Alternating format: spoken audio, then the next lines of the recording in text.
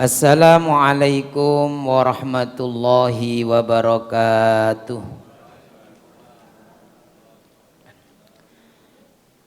Bismillahirrahmanirrahim. Alhamdulillahi rabbil alamin.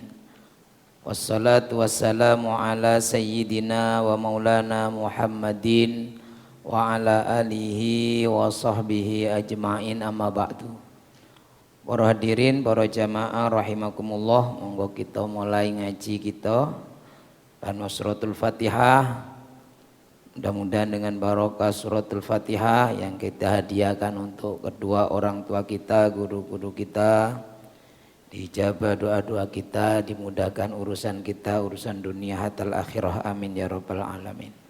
Ila hadratin Nabi Muhammadin sallallahu alaihi wasallam wa alihi wa ashabihi ajma'in, wa ila walidayna wa asatidana al-muslimina wal mu'minina minhum, wa li husuli maqasidina allati tarda'ana biha. Al-Fatihah. A'udzu billahi minasyaitonir rajim. Bismillahirrahmanirrahim. Alhamdulillahi rabbil alamin, arrahmanir rahim, maliki yaumiddin. Iyyaka na'budu wa iyyaka nasta'in. Ihdinas siratal mustaqim, siratal ladzina an'amta 'alaihim ghairil maghdubi 'alaihim waladdallin. Amin. Bismillahirrahmanirrahim. Ini melanjutkan makalah yang ketiga, makalah Sayyidina Umar radhiyallahu an. Ini kita yang mantun kalau ini. Kata si sampai niki. Wa man taroka fudulat dohaki. Wa man taroka fudulat dohaki, barang siapa yang meninggalkan fudulat dohaki, berlebihan dalam tertawa. Barang siapa yang meninggalkan berlebihan dalam tertawa. Loh, tertawa ini kok nggih bahagia, menunjukkan bahagia. Lalu menunjukkan kalau syukur atas nikmatnya Allah ini bagus. Tapi cengengesan, apalagi yang ya mungkin tertawa ya dibuat-buat misalnya. Ini apa dampaknya, kata Sayyidina Umar ini? Barang siapa yang meninggalkan berlebihan, nah dia tidak banyak tertawa, ya tertawa secukupnya. Kalau harus tertawa, ya harus tertawa. Tapi kalau berlebihan jangan. Nah, siapa yang bisa mengendalikan diri, tidak berlebihan, banyak tertawa, muniha al-haibata, dia akan diberikan kewibawaan. Kalau cengengesan gak wati wibawa lah mungkin gitu. Jadi tertawa sesuai pada tempatnya. Wah ya konyon guyu kabeh niki meneng ae. Wah ya liyane padha meneng sedih ngakak dhewe ta. Bahaya nih gitu. Jadi kita memang ya harus tertawa harus, tapi tidak berlebihan. Nah itu intinya, tidak berlebihan. Kalau berlebihan apalagi yang tidak seharusnya tertawa, nah ini bahaya, mengurangi kewibawaan. Tapi kalau tertawa memang pada tempatnya, itu akan diberikan, kata Sayyidina Umar ini, kewibawaan, haibata, haibah ini wibawa, hebat. Bahasa Indonesia jadi hebat, haibah. Wa man tarakal mizaha, barang siapa yang meninggalkan banyak bergurau. Jadi bergurau itu guyon saya. Tapi kalau terlalu banyak, intinya kalau berlebih itu tidak baik. Yang baik ya biasa, secukupnya, guyon secukupnya. Atau guyon ya kalau dengan temannya biasanya, kalau dengan teman yang dengan orang lain tidak cenges tahu, dengan tengah temannya, apalagi teman sekolah dulu, geblek-geblekan, jundu-junduan karena makomnya sendiri. Jadi wonten suatu saat itu kiai besar, ulama diundang teng pondok pesantren kan. Pengajian di pengajian akbar. Nah, kebetulan itu koncone pian, konco mondok, konco sak kamar, konco guyon. Mari ngaji ruang khusus nggih guyonan, leko ngoten. Jadi ini ada tempatnya. Jadi guyon itu ya tidak berlebihan. Siapa yang meninggalkan al-mizaha, bergurau, muniha al-haibata, dia akan dianugerahi sama dengan wibawa dan keanggunan. Kalau sering bergurau bahkan tidak pada tempatnya ya wibawanya hilang, tidak anggun lagi. Bahkan Nabi memang dalam banyak hadis itu Nabi ya guyonan dengan sahabatnya yang guyoni, tapi tidak mesti ya, tidak berlebihan. Misalnya ada satu kisah itu seorang sahabat ketika Nabi mengumumkan mau kita akan sekian hari lagi akan berangkat ke Mekah umroh barang lah. Nah, ada orang yang mau ikut ini. Ada yang mau ikut, tapi Nabi saya ini butuh onta yang besar. Ya sudah, kamu nanti ikut, nanti kita sediakan anak onta. Akhirnya dia, ini seorang perempuan, kebetulan badannya besar. Ya, besok kita sediakan kamu anak onta. Ya disediani anake unta lho, Nabi jenengan niki pun serius kula niki, kula wageng niki. Karena kan dibalik tabir ini perempuan itu. Terus lah ya kan besok perlu unta yang besar. Ya besok disediani anake unta. Orang ngaten, ini agak kecewa. Kula niki ageng Nabi, kula yuk bawa kula niki wageng. Napa jenenge? Napa jenenge jumbo. Kok disediani anake unta jenengan napa mboten niat ngejak niki. Ayo, unta sing gedhe iku anake sapa? Ya anake unta juga kan maksudnya padahal. Ya gitu. Jadi ada kisah-kisah seperti itu, mizahun Nabi, sampai ada kitab itu ada bab tersendiri, hadis-hadis tentang mizahun Nabi, guyonanin Nabi, tapi tidak berlebihan gitu ya. Bahkan ada seorang wanita juga, itu seperti tanya memperkenalkan suaminya, kula niki bojone niki kan, si fulan sing niku sing dukur ganteng misalnya ngoten nggih. Ngeten ciri-ciri. Oh iku sing motone ana putih-putih nih misalnya kan. Dikira napa biasa katarak atau apa. Matanya yang ada putih-putihnya itu ya. Mboten bersih. Oh lek ngono ireng kabeh mboten. Nggih mboten. Ada sampai bab hati itu ada mizahun Nabi, guyonannya Nabi. Tapi Sayyidina Umar memang terkenal orangnya ini agak serem. Jadi Sayyidina Umar itu sampai jarang tersenyum lah Sayyidina Umar itu. Makanya ini makolanya ya sesuai dengan yang ngomong. Umar bin Khattab itu ya hebat. Karena itu beliau juga ditakuti tidak hanya oleh orang-orang saat itu. Sampai setan takut. Loh itu yang dawuh ngoten Nabi. Jadi setan itu takut kalau ada Umar itu.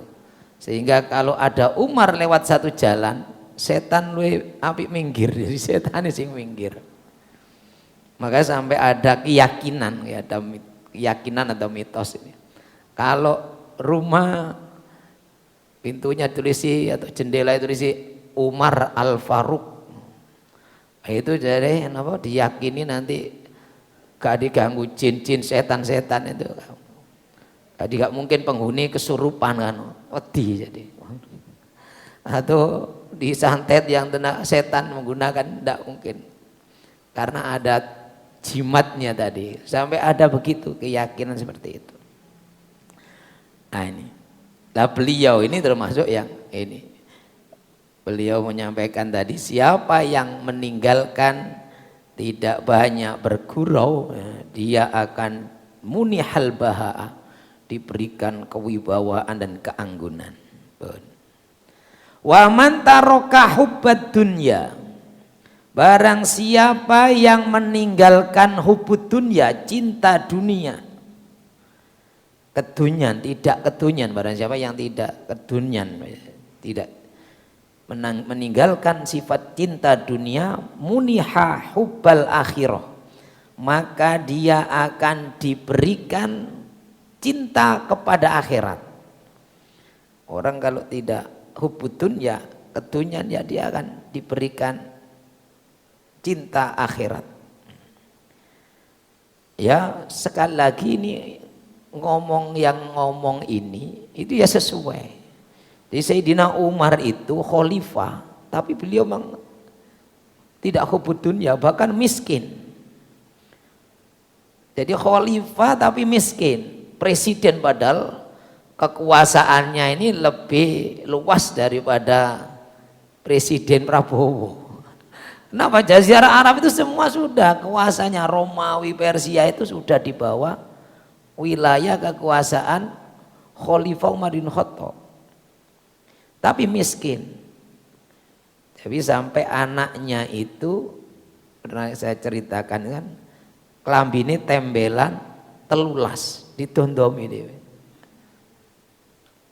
Jadi suatu saat anaknya ini mengeluh, nah yang gernik bapak ini tadi ditumbasakan baju. Kenapa? Karena diolok temannya.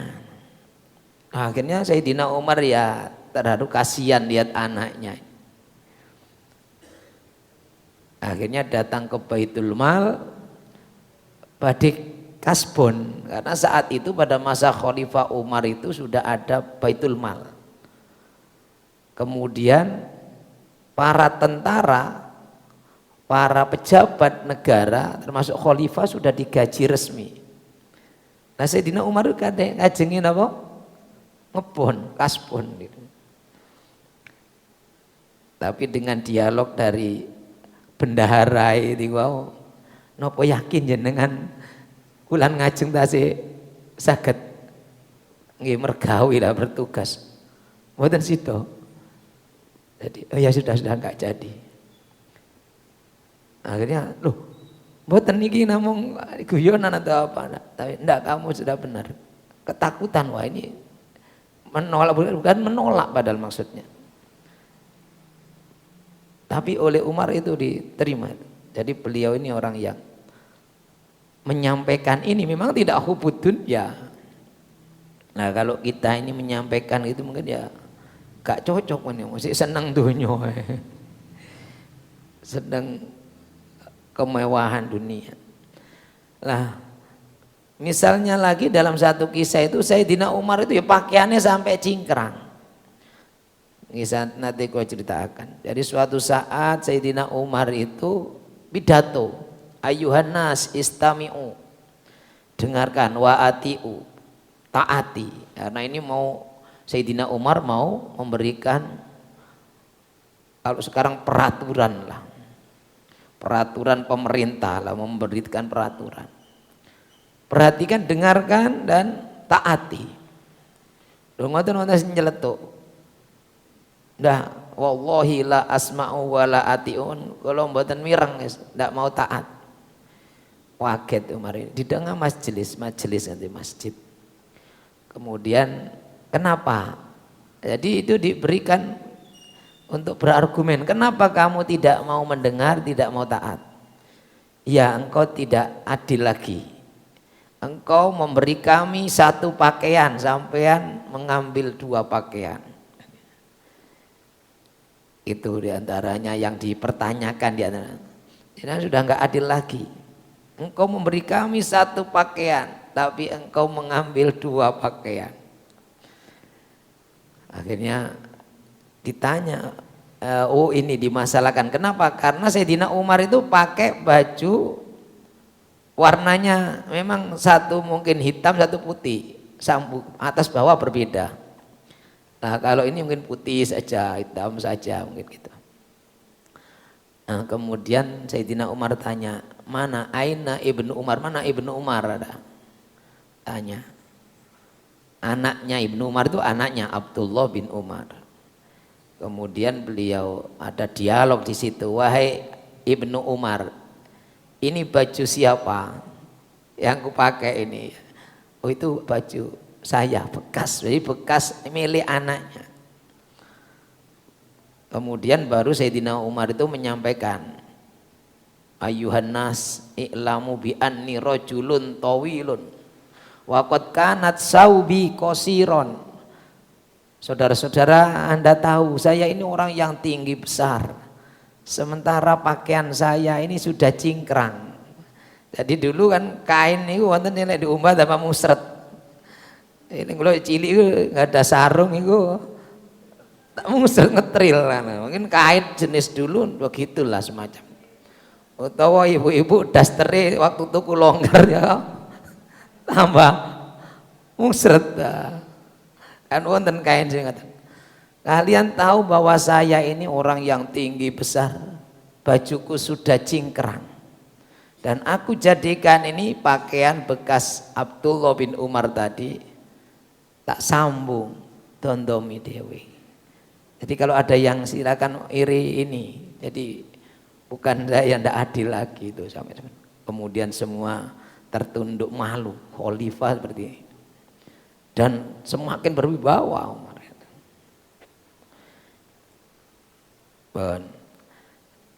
Wa man tarokal istighola bi uyubi ghairihi.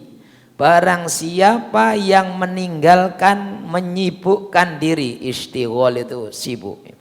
Menyibukkan diri bi uyubi ghairihi dengan membicarakan aib orang lain. Ngrasani eleke koncone tonggone. Wah ini yang dijelek-jelekan terus, yang dibicarakan kejelekan orang. Muniha al islaha li uyubi nafsihi, maka dia akan diberikan al islaha li uyubi nafsihi, akan memperbaiki aib dirinya sendiri. Siapa yang tidak membicarakan aib orang lain, dia nanti akan banyak introspeksi diri. Tapi kalau banyak membicarakan orang lain, dia lupa dengan kejelekannya sendiri. Maka ini kan tarokal istighol, meninggalkan, menyibukkan diri biuyu bi ghairihi, membicarakan aib orang lain. Siapa yang enggak suka membicarakan aib orang lain, maka dia akan banyak mengintrospeksi aibnya sendiri, memperbaiki aibnya sendiri. Tapi kalau sudah sibuk dengan membicarakan kejelekan orang lain, lupa kalau dirinya lebih jelek lagi itu. Nah, ini naudzubillah. Wa man tarokat tajassusi, barang siapa yang meninggalkan memata-matai. Jadi kalau sih mengintai-intai, jasus itu mata-mata ya jadi. Fi kaifiyatillahi ta'ala, tentang bagaimana Allah Subhanahu wa taala. Tidak banyak nopo istilahnya. Saya sudah begini, kenapa Allah ini begini? Jadi protes lah. Mengapa Allah kok begini? Artinya ya sudah jadi qanaah saja. Siapa yang tidak banyak mempermasalahkan ini sudah saya ibadahnya ya wis metenteng. Apa Gusti Allah kok memberi ujian? Ini membicarakan kaifiyatillah namanya. Siapa yang meninggalkan perbuatan seperti itu, munihal bara'ata minan nifaq, maka dia akan diberikan sifat bebas dari kemunafikan. Jadi orang yang taatnya kepada Allah sudah, pokoknya Allah nyuruh taat, taat. Allah nyuruh menyembah, menyembah. Tidak kemudian mempertanyakan. Jadi itu namanya keikhlasan yang total begitu kepada Allah. Nah, siapa yang sudah begitu berarti dia tidak mungkin jadi orang munafik. Jadi ikhlas itu seperti itu. Keikhlasan kepada Allah. Jadi misalnya kalau orang itu taat pada bosnya, majikannya. Jadi misalnya kemudian orang disuruh bosnya itu bersihkan taman misalnya, langsung dibersihkan, tidak nunggu oh ini nanti ada upahnya atau tidak. Itu sudah keikhlasan yang tinggi. Tapi kemudian loh masih bertanya, nopo kok dikan berseni, apa kadang ono tamu, apa bersih-bersih kudu ono tamu itu ya. Atau apalagi mempertanyakan apa nanti ada fulusnya gitu ya. Inilah ini. Siapa yang tidak mencari-cari, jadi kan kita itu kadang mau beramal cari ada pahalanya enggak. Padahal ayatnya jelas misalnya ya. Suruh sholat malam apalagi ini suruh sholat saja. Itu kemudian atau ini bulan haram, bulan yang dimuliakan oleh Allah, kemudian bahkan disunahkan memperbanyak amal soleh di bulan yang dimuliakan ini. Ya amal soleh banyak apa saja. Itu yang ditarik pertama apa biasanya? Pahalanya apa? Nah ini.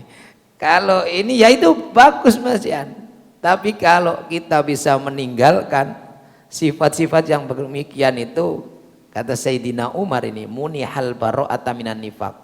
Orang yang sudah ikhlas kepada Allah, tidak pakai apa sebabnya, mengapa ketika ini sudah perintah Allah atau larangan Allah, sudah sami'na wa ata'na, orang ini pasti tidak memiliki sifat munafik. Nah, tapi kalau masih banyak bertanya tadi, kenapa kok begini? Kemudian dicari-cari, kemudian ternyata ada yang memperdebatkan. Oh ini, itu multi tafsir Mas Yan ini. Akhirnya ngendur gak beramal soleh. Makanya berbeda. Para ulama dulu itu ketika tentang afdoliyah, itu ya sudah disampaikan tentang keutamaan, misalnya amal soleh di bulan Rajab ya. Di kitab ditulis ada hadis, oh ini hadis Nabi. Tapi kemudian ada ulama yang memang spesialisnya meneliti apakah ini hadisnya sahih, hadisnya dhaif. Nah, kemudian ternyata hadis-hadis tentang puasa Rajab, tentang apa ini kebanyakan dhaif maksudnya. Lah itu kemudian sudah mulai goyang. Goyangnya tadi bukan ya karena kenapa? Oh, ini jangan-jangan pahalanya masih diperdebatkan. Padahal kan jelas kalau yang utama itu intinya yang sahih hadisnya itu adalah memperbanyak, perintah memperbanyak amal soleh di bulan haram, bulan yang dimuliakan. Lah amal soleh diantaranya ya puasa itu sebagian dari amal soleh. Masalah hadisnya ini dhaif ini kalau kita bisa kemudian ini hadisnya dhaif kan menurut para ulama peneliti lah. Kalau ini kan secara amaliyah ketaatan kepada Allah, puasa itu adalah juga amal soleh. Berarti ya sudah, dia semangatnya tetap. Nah ini, nah mudah-mudahan kita sudah makomnya ke situ ketika mendengar ini kebaikan, bahwa kebaikan ini tidak bertentangan dengan dalil yang sudah pasti. Kemudian kita tetap semangat melakukan kebaikan itu lillahi semata-mata karena Allah. Nah kalau sudah demikian insya Allah kata Sayyidina Umar, munihal baro'ata minan nifaq.